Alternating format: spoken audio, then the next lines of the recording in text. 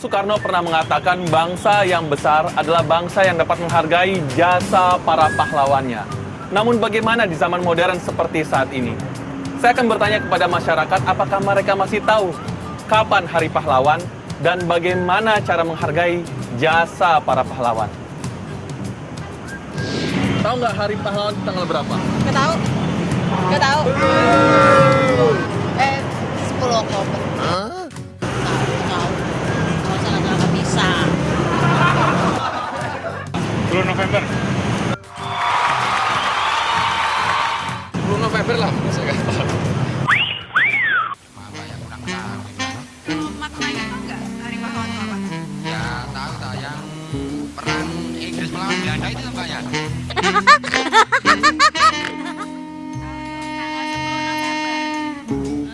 November 1945. 28 Oktober ya? 1 November. Salah ya? Kalau Hari Pahlawan nasional apa? Tanggal berapa? Iya, CTV Bang. Kita lanjutkan kembali Talk to iNews spesial Hari Pahlawan. Saking asiknya kita ngobrol, kita berikan aplaus untuk hari ini. Tadi kita sudah ke Pak Mukari, sekarang saya bergeser ke sejarawan dulu dari Universitas Airlangga, Pak Purnawan. Itu kan sudut pandang polisi generasi pertama. Nah kalau dalam konteks masyarakat, tadi kan Pak Dodi juga bilang soal polisi sama masyarakat area Surabaya kemudian bersatu padu. Kalau dalam konteks sejarah, momentum apa lagi yang sebetulnya punya dalam tanda petik kelas atau level yang hampir sama? Atau memang menurut Anda dari sisi keguyuban ini yang paling luar biasa 10 November ini? Menurut pandang saya, kepahlawanan itu adalah keguyuban, kerukunan. Karena saya selalu mengatakan pada teman-teman yang bertanya, siapa sebenarnya pahlawan? Saya selalu mengatakan bahwa pahlawan adalah orang-orang yang mau berbuat sesuatu melebihi apa yang bisa diperbuat oleh orang kebanyakan dalam kondisi kegentingan.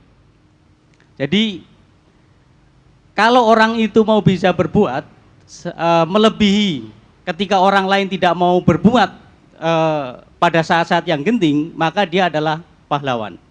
Dan perbuatan itu bukan untuk kepentingan sendiri, bukan untuk kepentingan pribadi, tapi untuk kepentingan orang banyak, orang lain. Itulah kepahlawanan. Nah disinilah saya kira keguyuban, keterpaduan antara yang bersangkutan dengan orang lain, itulah makna yang paling penting dari kepahlawanan. Seperti yang diperbuat oleh Pak Yasin misalnya. Kalau pada waktu itu Pak Yasin hanya memikirkan dirinya sendiri, pasti beliau tidak akan menyatakan bahwa polisi yang pada waktu itu merupakan polisi Jepang menjadi bagian polisi Republik Indonesia, karena resikonya sangat besar sekali. Jadi resiko yang ditanggung oleh Pak Yasin pada waktu itu adalah berhadapan dengan pasukan Jepang.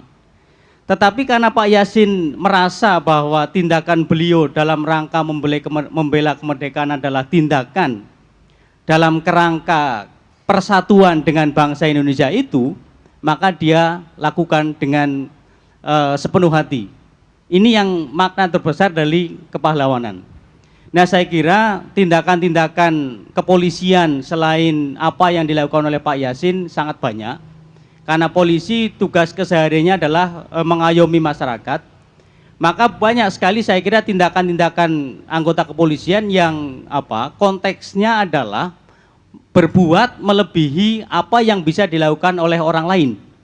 Jadi banyak saya kira rekan-rekan polisi yang dalam melaksanakan tugasnya gugur dalam tindakan membela kepentingan masyarakat. Itu juga bisa dianggap sebagai pahlawan. Jadi kalau tadi penjelasan pahlawan itu adalah yang mau melakukan melampaui apa yang orang rata-rata mau lakukan, berarti Pak Mukari, Pak Karimani pahlawan ya Pak ya?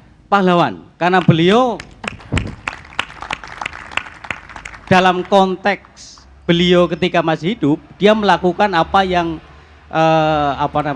melampaui apa yang bisa dilakukan oleh masyarakat kebanyakan. Baik, saya sekarang pindah ke rekannya Pak Mukari, ke Pak Kariman. Bapak, saya boleh tahu dulu Pak, Bapak usia beda berapa tahun sama Pak Mukari? Assalamualaikum warahmatullahi wabarakatuh. Waalaikumsalam warahmatullahi wabarakatuh. Saya kelahiran tahun 1926. Kelahiran 26, berarti 74 tambah 15, 89 tahun ya Pak?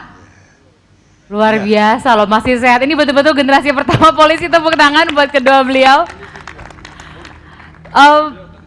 Bapak, tadi dibisikin oleh Pak Yan, bahwa Bapak sebelumnya bukan polisi ya Pak ya? Saya itu angkatan laut. Angkatan Laut, Jepang. Ya. Jadi pendidikan saya waktu itu Fuju Seining Yoseiso itu adalah pelayaran Jepang yang dididik di Pasuruan. Itu ada 3. Di pelayaran Jepang itu di Sonanto, Singapura, dan 2 Semarang, dan 3 Pasuruan. Secara kebetulan Pak Domo sendiri juga Koto Seining Yoseiso. Ya. Jadi Bapak berapa lama mengabdi di Angkatan Laut Jepang di itu Angkatan Pak? Laut saya sampai sesudahnya lulus dari Fuju Seining Yoseiso pindahkan ke kapal Sangjuichi Maru. Jadi saya adalah anak buah kapal Jepang. Di situ karena juga Jepang itu tidak sepenuhnya percaya sama pemuda-pemuda Indonesia, itu disertai. Dari satu kapal itu ada 2-3 Jepang. Itu.